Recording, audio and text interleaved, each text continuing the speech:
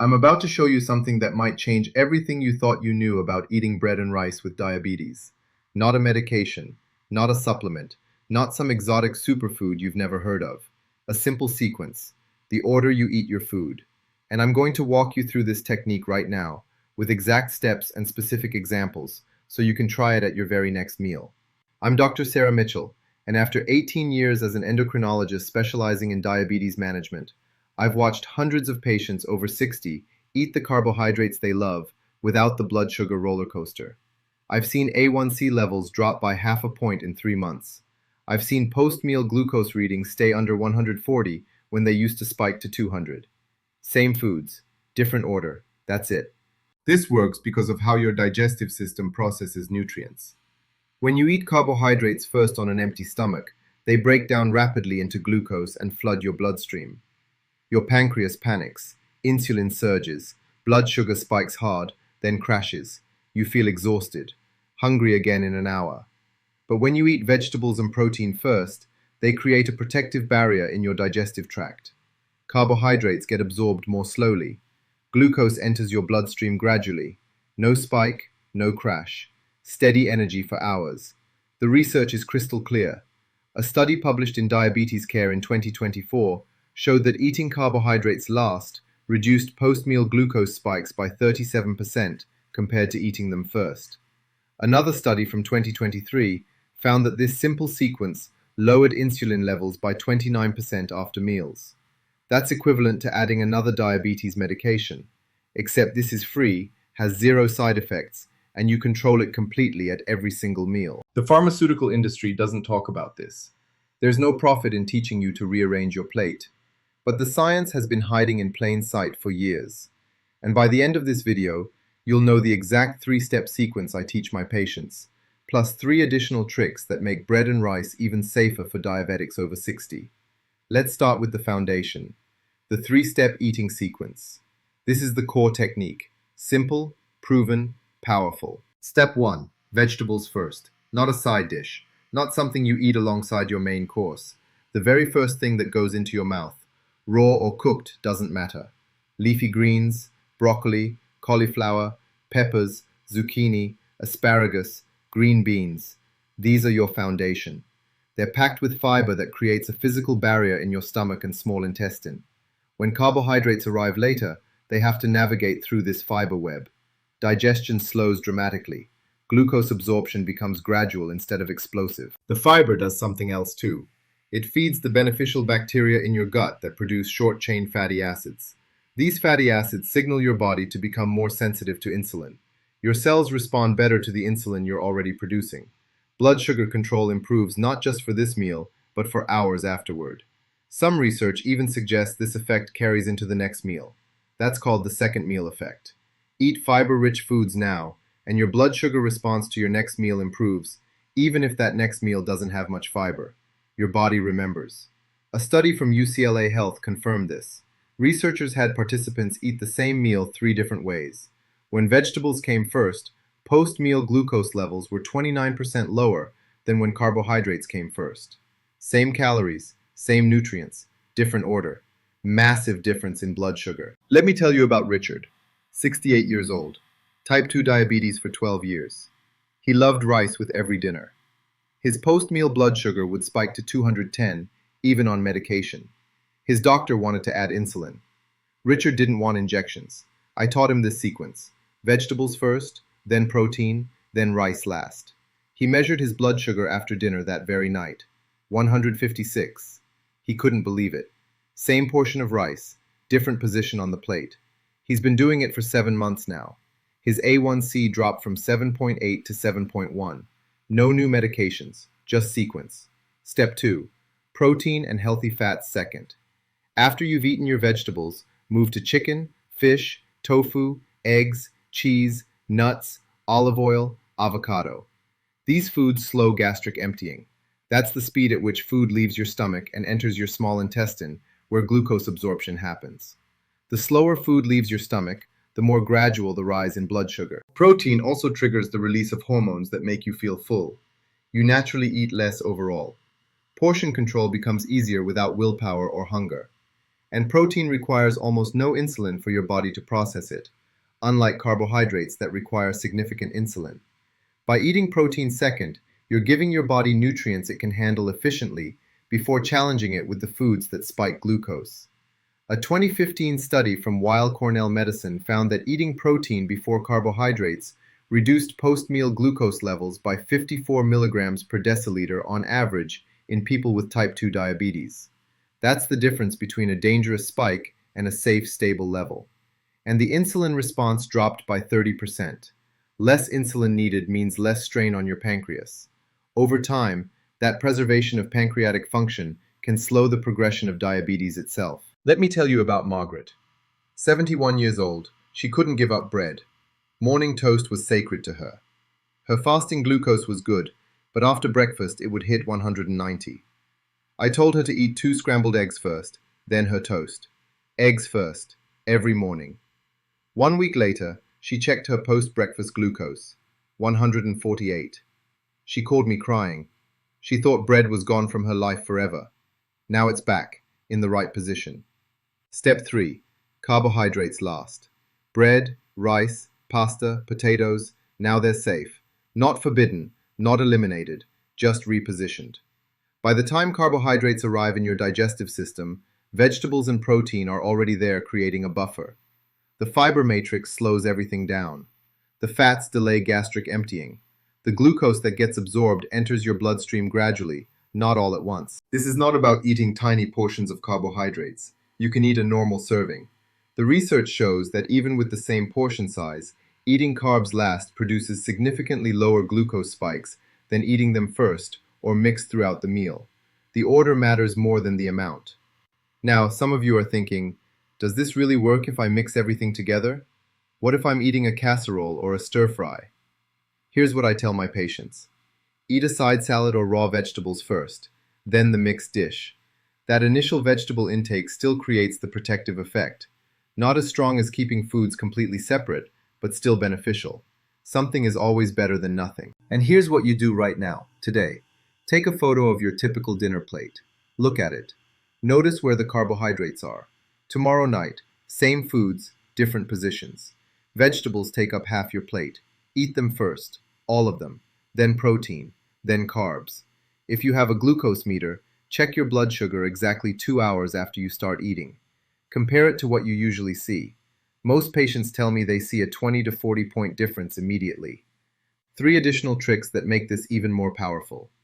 These techniques stack with the eating sequence. Use them together for maximum blood sugar control. Trick 1. Add vinegar to your meal. 1 tablespoon of vinegar, any kind. Apple cider vinegar, red wine vinegar, white vinegar, rice vinegar. The acetic acid in vinegar temporarily blocks some of the enzymes that break down carbohydrates into glucose. Fewer carbs get converted means less glucose enters your bloodstream. Research published in the journal Diabetes Care found that consuming vinegar with a high-carb meal lowered post-meal blood sugar by 20% on average. The simplest way to do this? Make a salad dressing with vinegar and olive oil. Eat that salad first, following the sequence we just covered. You're combining the fiber barrier from vegetables with the enzyme blocking effect of vinegar. 2 mechanisms working together. Or dilute a tablespoon of apple cider vinegar in a glass of water and drink it right before your meal. Some patients don't like the taste. That's fine. Mix it into a salad, pour it over cooked vegetables, use it in marinades for protein. You don't have to drink it straight. You just need to consume it around the same time as your carbohydrates. Let me tell you about Thomas, 65 years old, loved pasta. His post-pasta blood sugar would climb to 215 consistently. I told him to eat a big salad with vinegar dressing first, then his pasta. First time he tried it, blood sugar peaked at 167. Still elevated, but 48 points lower. He does this now every pasta night. His doctor reduced his medication dosage because his overall control improved so much. Trick 2. Cool and reheat your rice and potatoes. This creates resistant starch. When you cook starchy foods like rice, pasta, or potatoes, and then cool them in the refrigerator for at least 12 hours, the starch molecules undergo a chemical change called retrogradation.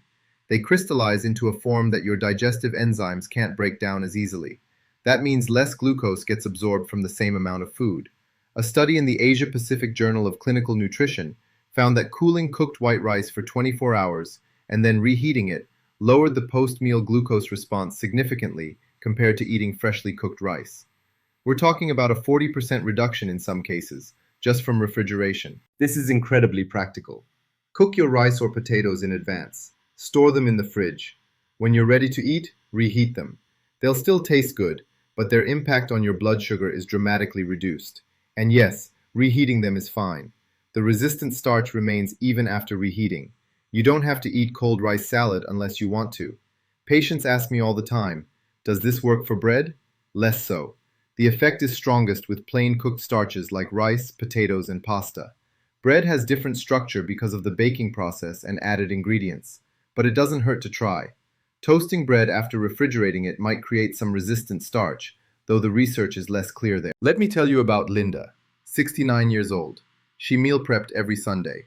I told her to cook all her rice for the week, portion it out, refrigerate it, and reheat individual portions throughout the week. She was already doing the work. This was just a timing change. Her average post-dinner blood sugar dropped from 182 to 151 over the next month. Same rice, same portions, just stored and reheated differently. Trick 3. Take a 10-minute walk after eating. Movement immediately after a meal helps your muscles absorb glucose from your bloodstream without needing much insulin. When you walk, your muscles contract.